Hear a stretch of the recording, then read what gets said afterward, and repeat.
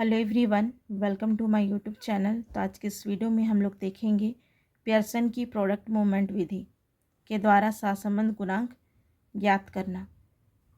और कल के वीडियो में मैं आप लोगों को बता चुकी थी स्पेयरमैन की रैंक अंतर विधि के द्वारा सहसंबंध गुणांक कैसे ज्ञात करते हैं।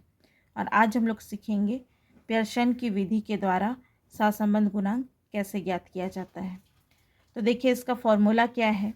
R is equal to n sum x y minus bracket में है sum x into sum y by under root, फिर ब्रैकेट में है एन सम एक्स का स्क्वायर माइनस सम एक्स का होल स्क्वायर, फिर है दूसरे ब्रैकेट में है एन सम वाई का स्क्वायर माइनस सम वाई का होल स्क्वायर। तो देखिए, जहाँ R क्या है, सहसंबंध गुणांक है, और N समूह के सदस्यों की संख्या, अर्थात कि जैसे कि समझ लीजिए कक्षा में 40 स्टूडेंट बैठे हैं, तो हम लोग 40 स्टूडेंट को कैसे डिनोट करेंगे, कैसे दर्शाएंगे। तो n इज इक्वल टू 40 लिखेंगे। तो इसलिए यहाँ पर n किस चीज़ को दिखा रहा है, समूह के सदस्यों की संख्या को दिखा रहा है। अब सम किसका संकेत है, योग का। फिर x प्रथम चर, x के माने हुए मध्यमान से विचलन, और y द्वितीय चर, y के माने हुए मध्यमान से विचलन। तो चलिए इस फॉर्मूला के द्वारा हम लोग मैथ सॉल्व करते हैं। तो देखिए, यहाँ पर क्वेश्चन है, 10 छात्रों ने 50-50 अंकों की संस्कृत और हिंदी की परीक्षाओं में निम्नलिखित अंक प्राप्त किए।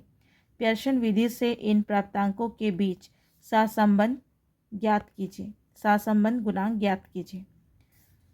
तो यहाँ पर पहले क्वेश्चन समझिए। क्वेश्चन में क्या बोला गया कि 10 छात्र हैं जो किस किस विषय का एग्ज़ाम लिखा है, परीक्षा दिया है, संस्कृत और हिंदी का, और कितने मार्क्स का है, 50-50 का है।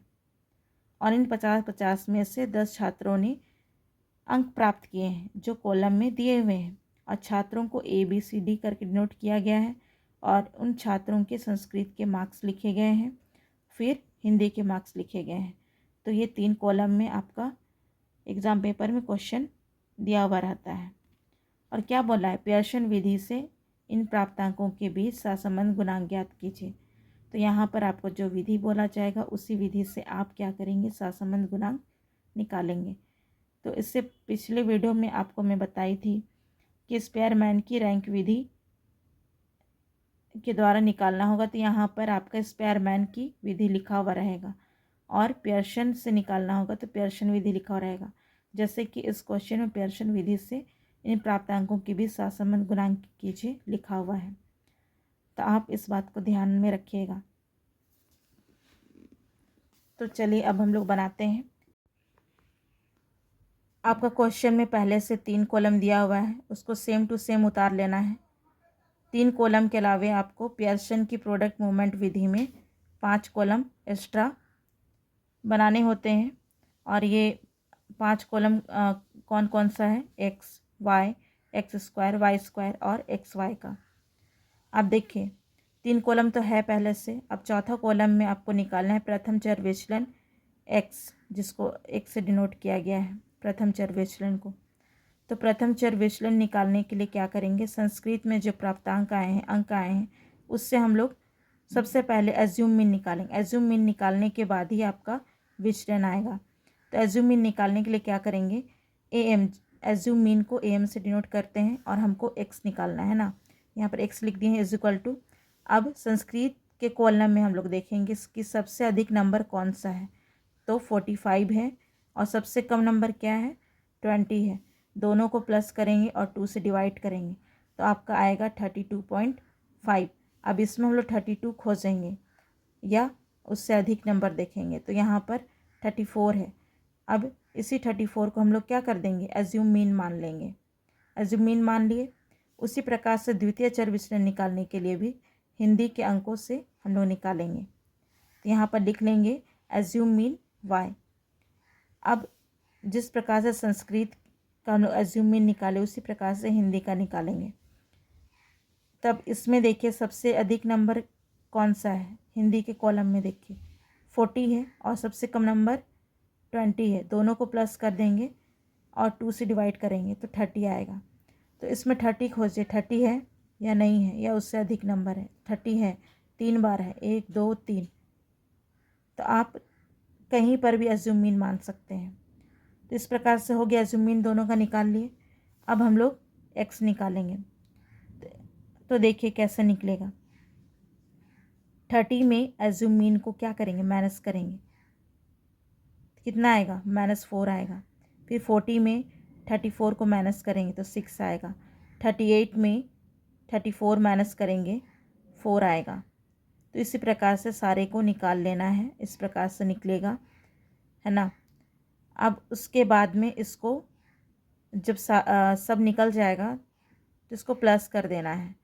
तो अब देखिए इसमें प्लस माइनस दोनों साइन आ रहा है, तो क्या करेंगे, सबसे पहले माइनस माइनस को प्लस करेंगे।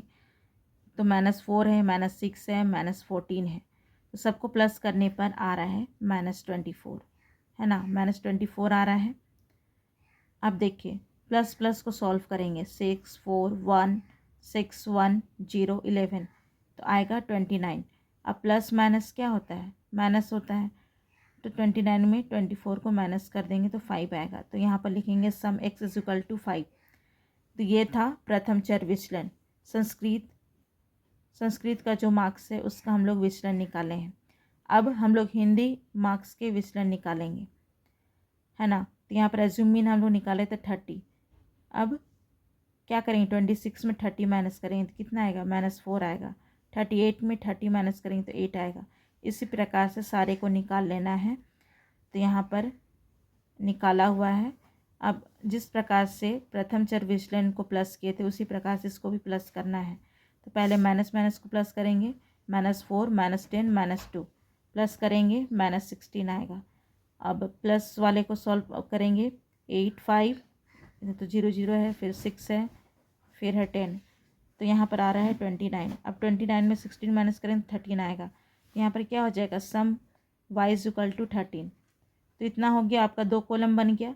अब आपका 3 कॉलम बाकी है। x² y² यहीं से निकलेगा, है ना। अब x² निकालने के लिए x वाले कॉलम को देखेंगे। प्रथम चर विचलन के कॉलम में से निकालेंगे x²। तो 4 चौके 16 हो गया, फिर 6 छक 36 हो गया, 4 चौके 16 हो गया। इस प्रकार से सारे को निकाल लेंगे और अंतिम में लिखेंगे सम x² इज इक्वल टू, सबको जोड़ करके यहाँ पर लिखेंगे तो आएगा यहाँ पर सम x² इज इक्वल टू आएगा 459। उसी प्रकार से y² का निकालेंगे। तो यहाँ पर देखिए y² का निकालने के लिए द्वितीय चर विचलन के कॉलम से हम लोग देखेंगे। 4 चौके 16, 88 64, 5 25 25। तो इसी प्रकार से सबको निकाल लेंगे और अंतिम में जोड़ करके लिख देंगे। तो यहाँ पर आया है सम y² इज इक्वल टू 345। तो आपका निकल गया है x² y²। अब हम लोग निकालेंगे xy का वैल्यू, है ना। जो xy का यहाँ पर विचलन निकला था दोनों को गुना करके लिख देना है। 4 चौके 16, 6 48, 4 5 20। तो इसी प्रकार से दोनों गुना करते हुए यहाँ पर लिख लेना है और अंतिम में सबको जोड़ देना है और यहाँ पर लिखेंगे सम xy इज इक्वल टू 370। तो इस प्रकार से सारणी आपका कंप्लीट हो गया। अब हम लोग फॉर्मूला में इन सारे वैल्यू को पुट कर देंगे। पुट करने से पहले इस प्रकार से आपको लिख लेना है ना। आपको n चाहिए इस फॉर्मूला में, तो n कितना है, 10 है। टोटल 10 छात्र हैं। फिर सम xy, तो सम xy यहाँ से मिलेगा आपको 370। फिर सम x यहाँ से मिलेगा, सम y यहाँ से, फिर सम x² यहाँ से, फिर सम x यहाँ से, इसका होल स्क्वायर करना है। फिर n का वैल्यू डाल देंगे। फिर सम y² यहाँ से, फिर है सम y का होल स्क्वायर यहाँ से लेंगे। तो इस प्रकार से लिख लेंगे। अब देखिए सारे को पुट कर देंगे। इनका वैल्यू कितना है, 10 है, इनटू सम xy का वैल्यू कितना है, 370 है, माइनस जैसा फॉर्मूला में वैसा इसको लिख देंगे उसके वैल्यू को। फिर ब्रैकेट में सम x कितना है, 5 है, इनटू सम y कितना है, 13 है। फिर बाय अंडर रूट ब्रैकेट में n कितना है, 10 इंटू सम एक्स स्क्वायर कितना है 459 माइनस फिर सम एक्स कितना है 5 है, 5 का होल स्क्वायर। अब उसी प्रकार से इसको भी भर लेंगे। एन का वैल्यू कितना है 10 है, फिर सम वाई स्क्वायर कितना है 345 माइनस सम वाई का होल स्क्वायर, सम वाई 13 है, 13 का होल स्क्वायर। फॉर्मूला में सारे वैल्यू को अच्छे से पुट कर लेना है, जैसा फॉर्मूला है वैसा इसके वैल्यू को लिख देना है। उसके बाद देखिए इसको सॉल्व कैसे करेंगे। 10 से 370 को गुना करेंगे तो आएगा यहाँ पर 3700 आएगा, माइनस 13×5 कितना होता है 65 होता है, लिख दिए, ब्रैकेट हट गया, फिर बाय अंडर रूट लिख दिए हैं जैसा है वैसे ही। फिर 10 से 459 को गुना करेंगे तो आएगा 4590 माइनस 5 का होल स्क्वायर है, 5 का होल स्क्वायर कितना आएगा 5 5 सा 25, 5 5 25। फिर जैसे इसको किए हैं सेम वैसे इसको करना है। 10 से इसको गुना कर देंगे 345 को तो आ जाएगा 3450 माइनस 13 का होल स्क्वायर कीजिएगा तो आएगा 169। यहाँ पर मैं की हूँ देखिए। अब देखिए इसके बाद सॉल्व कैसे करना है। 3700 से 65 को माइनस कीजिएगा, देखिए आएगा यहाँ पर 3635। उसके बाद में देखिए 4590 से 25 को माइनस कीजिएगा तो आएगा 4565। फिर 3450 से 169 को माइनस कीजिएगा तो आएगा 3281। अब इसके बाद सेम इसको उतार देंगे। अब इस दोनों को गुना करेंगे, तो यहाँ पर देखिए इतना आ रहा है 149,77765। इसको हम लोग यहाँ पर लिख देंगे अंडर रूट करके।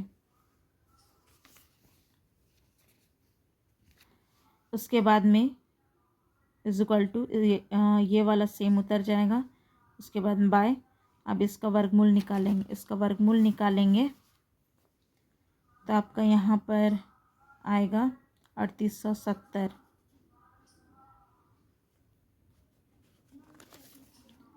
तो यहाँ पर लिख दें 3870। अब 3870 से 3635 को क्या करेंगे डिवाइड करेंगे, तो यहाँ पर देखिए 0.9392 ऐसा आते जा रहा है। तो हम लोग को क्या करना है 0 पॉइंट के बाद 2 ही संख्या लेंगे, तो यहाँ पर 0.94 ले लिए, क्योंकि ये आगे में क्या है 5 से बड़ा है, तो यहाँ पर एक संख्या बढ़ जाएगा, यहाँ पर 0.94 लिख दिए हैं। तो जब भी आप कोरिलेशन निकालेंगे आपका आंसर 0 में ही आएगा, इस बात को ध्यान रखिएगा। तो आई होप आप लोगों को समझ में आया होगा। यदि आप मेरे वीडियो को पहली बार देख रहे हैं तो मेरे चैनल को सब्सक्राइब कीजिए और अपने दोस्तों को भी शेयर कीजिए। अब मिलते हैं नेक्स्ट वीडियो में, तब तक के लिए टेक केयर, बाय।